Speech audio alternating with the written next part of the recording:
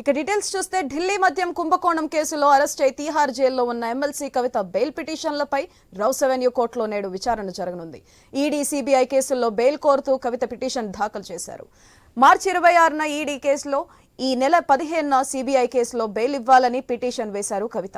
తనకు ఆరోగ్య సమస్యలున్నాయని, జైల్లో ఉంటే అవి మరింత పెరిగి ఇబ్బందిగా మారుతుందని, తనకు బెయిల్ మంజూరు చేయాలని పిటిషన్లో కవిత విజ్ఞప్తి చేశారు.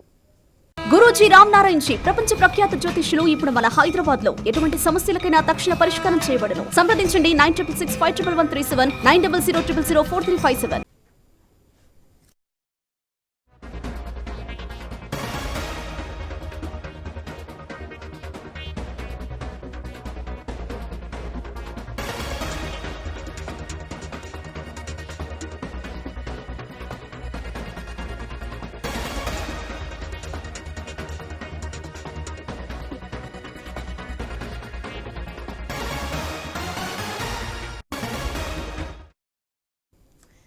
ఢిల్లీ మద్యం కేసులో కవితను మార్చి 15న ఈడీ అధికారులు అరెస్ట్ చేశారు. మార్చి 26న తీహార్ జైలుకు తరలించారు. ఇంతలోనే సిబిఐ కూడా ఎంట్రీ ఇచ్చి జైల్లోనే ఈ నెల 11న కవితను అరెస్ట్ చేసింది. మరోవైపు కవిత ఈ కస్టడీ రేపటితో ముగియనుంది.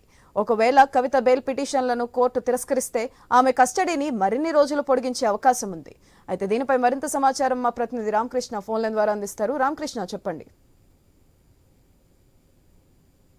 రోజుని కోర్టులో విచారణ జరగనుంది. ఈడీ సిబిఐ కేసులో బెయిల్ కోసం కవిత కోర్టును ఆశ్రయించారు. మరి కవిత బెయిల్ పిటిషన్ పై మధ్యాహ్నం 2 గంటలకు విచారణ జరపనున్నారు కావేరి బవేజా, జడ్జి కావేరి బవేజా. మరి లిక్కర్ కేసులో కవితను మార్చి 15న అరెస్ట్ చేసింది ఈడీ.